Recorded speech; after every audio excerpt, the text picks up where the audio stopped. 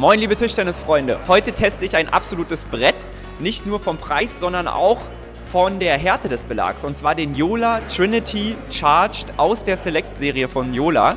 Dieser hat eine Schwammhärte von 57,5 Grad, das ist damit der härteste Belag, den ich jemals gespielt habe und auch hier getestet habe. Der soll aus der Select-Serie kommen, das bedeutet, der wird von Hause aus schon mal vorbehandelt und das macht den Belag weicher. Die absoluten Top-Profis bekommen Selected-Belege, das sind vorbehandelte Belege, und damit stellt Jola mit dieser Serie jetzt auch dem normalen Tischtennisspieler im Laden einen absoluten Profi-Belag zur Verfügung, der auch von Hause aus vorgeboostert wird. Und damit, let's go! Der Belag kostet 75,90 €, ist auch im Preissegment damit sehr, sehr, sehr hoch anzusiedeln. Schon fast so teuer wie der Sire oder ein Dicknix-Belag von Butterfly, also die absoluten Top-Belege.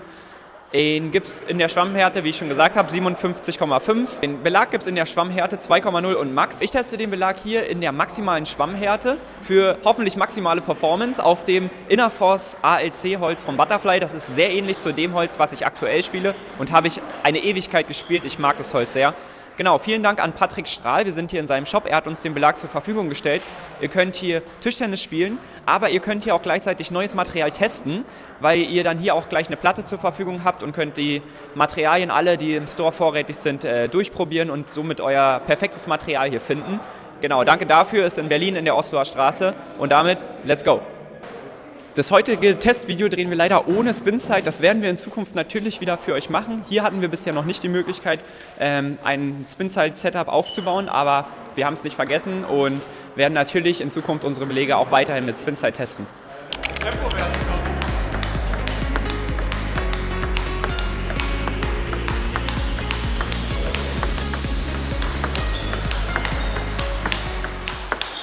Okay, also ich fühle mich ein bisschen wie Hugo Calderano.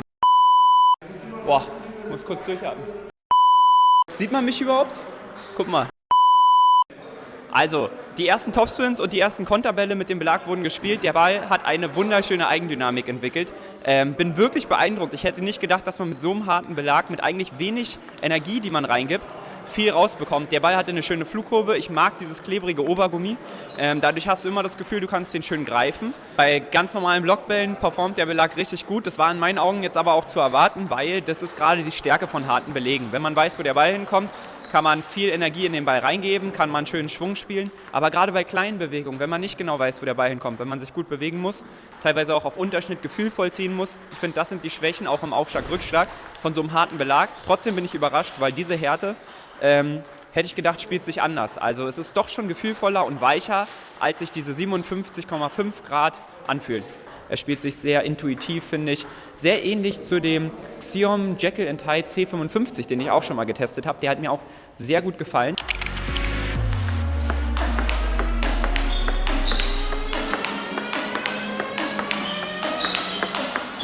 So, ich habe jetzt auch ein paar Bälle mit dem 52,5 Grad harten Belag von Jola aus der Trinity-Serie gespielt. Alle weiteren Infos gibt es dazu im Video von Yannick, das haben wir verlinkt. Dieser ist etwas weicher und performt in meinen Augen auch etwas besser auf Bälle, die jetzt nicht so geradlinig kommen. Wenn der Ball passiv kommt, immer gleich mit einem schönen Block, dann ist der 57,5 Grad harte Belag schon sehr, sehr geil. Da kickt der Ball schön nach vorne, man kriegt extrem viel Qualität rein. Ich finde, wie gesagt, er spielt sich weicher, als die Angabe eigentlich ist. Das kommt durch dieses Vorselektierte, das macht schon was mit dem Belag. Trotzdem, sobald Yannick ein bisschen variabel spielt, ist in meinen Augen der 52,5 Grad harte Belag etwas kontrollierter und schneidet da etwas besser ab. Beim Blocken hat der Jola Trinity Charge jetzt nicht so viel Eigeninitiative gezeigt. Das fand ich eigentlich ganz gut. Man konnte recht kontrolliert blocken, man hatte ein gutes Gefühl. Ich finde, man spürt den Ball schon sehr wenig. Da merkt man, dass man schon ein ganz schönes Brett spielt. Aber der Ball wird jetzt nicht explosiv rausgefeuert, sondern erst wenn du anfängst selber was zu machen, fliegt der Ball schon mit einer ganz schönen Power raus. Genau, aber der bounced auch nicht so stark. Genau, und das merkt man dann auch beim Blocken, dass der Ball ein bisschen kontrollierter bleibt, ne? Obwohl der Belag eigentlich super hart ist. Ich werde jetzt ein paar Bälle mit der Rückhand spielen und danach natürlich auch noch den Vergleich ziehen zu dem Jola Trinity Dynamic.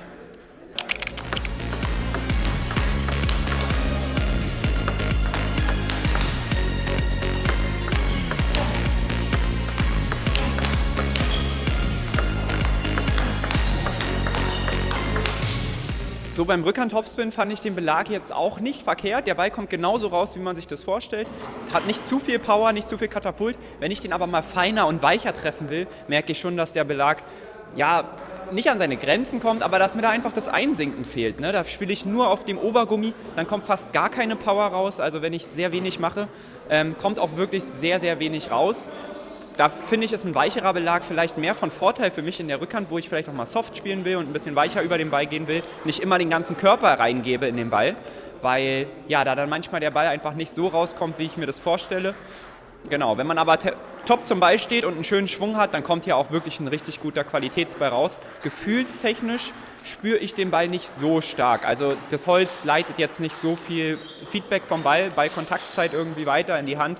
Das heißt, nach Gefühlspielen fällt mir hier schon ein bisschen schwerer. Jetzt spiele ich noch ein paar Bälle mit dem 52,5 Grad harten Belag.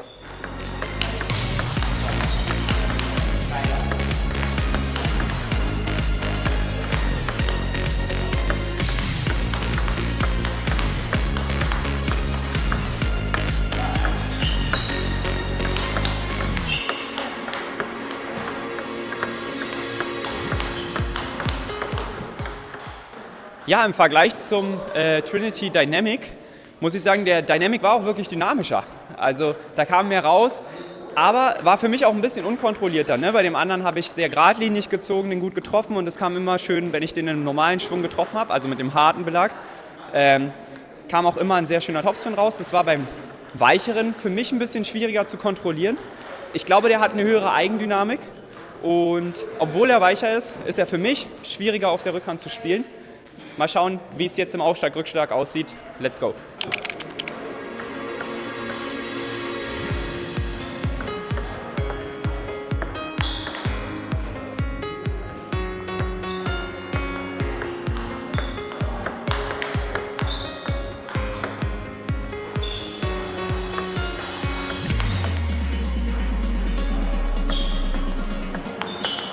So, bei den Aufschlägen mit dem, ich muss immer wieder gucken, mit dem Jola Hugo Calderano Trinity Charge ist mir aufgefallen, dass ich den Schläger super soft halten muss, ganz leicht in der Hand. Sobald ich den ein bisschen fester halte, habe ich 0,0 Gefühl im Aufschlag. Dann kann ich nicht mehr einschätzen, ob der kurz, halblang oder lang kommt. Fällt mir richtig schwer, also da merke ich, der harte Belag ist super schwer zu kontrollieren. Auch teilweise, wenn Jan eine gute Qualität gibt, fällt es mir nicht leichter, mit dem Ball genau zu fühlen, mich ganz fein auf den Spin anzupassen, weil ich halt nicht so viel Feedback bekomme. Was mir aber wirklich sehr positiv auffällt, ist immer, wenn ich aktiv gegen den Ball gehe, dann weiß ich, was passiert. Dann kommt eigentlich genau auch das raus, was ich erwarte. Nicht zu viel, nicht zu wenig. Da bin ich sehr überrascht von diesem sehr harten Belag. Außerdem zu erwähnen ist, dass dieses Obergummi, was jetzt auch schon ein bisschen staubig ist, immer noch sehr gut gegriffen hat. Also mir ist kein Ball abgerutscht. Das kommt von der klebrigen Oberfläche, das ist, finde ich, ein großer Pluspunkt. Teilweise andere Belege, die haben ein bisschen Staub drauf und schon spielt sich der Belag anders, greift nicht mehr so gut. Hier habe ich das gar nicht gemerkt. Der Ball hat immer sehr gut auf dem Obergummi gegriffen, dadurch kann man immer schön Spin erzeugen. Ja, gefühlvolle Bälle, sowas wie Kurzlegen, sind mir schwer gefallen. Wenn ich anziehe mit Spin, geht es, finde ich, erstaunlicherweise ziemlich gut. Da dachte ich, da spüre ich den Ball weniger. Fest nachgehen geht auch sehr gut.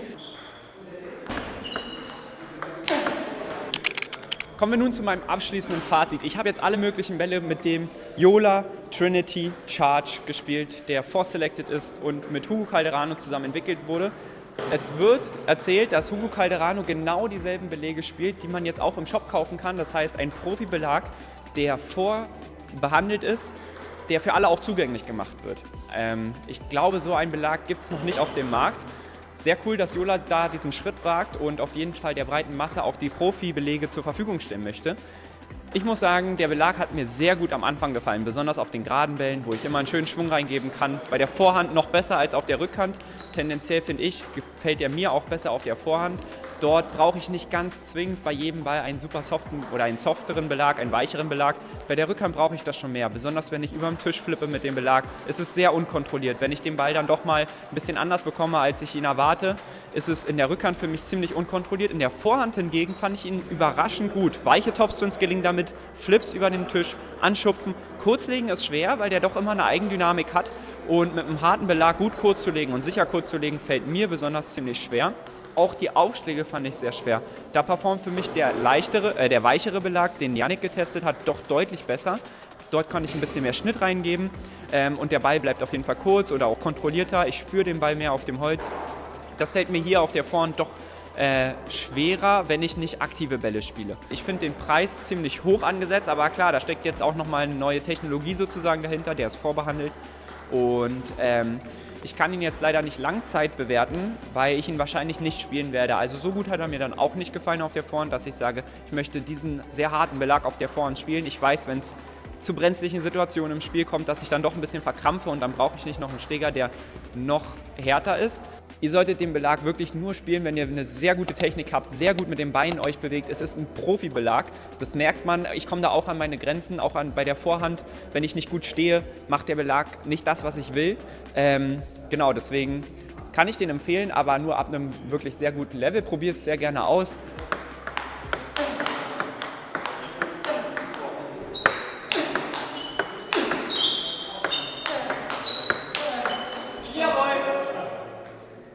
Okay, also ich fühle mich ein bisschen wie Hugo Calderano.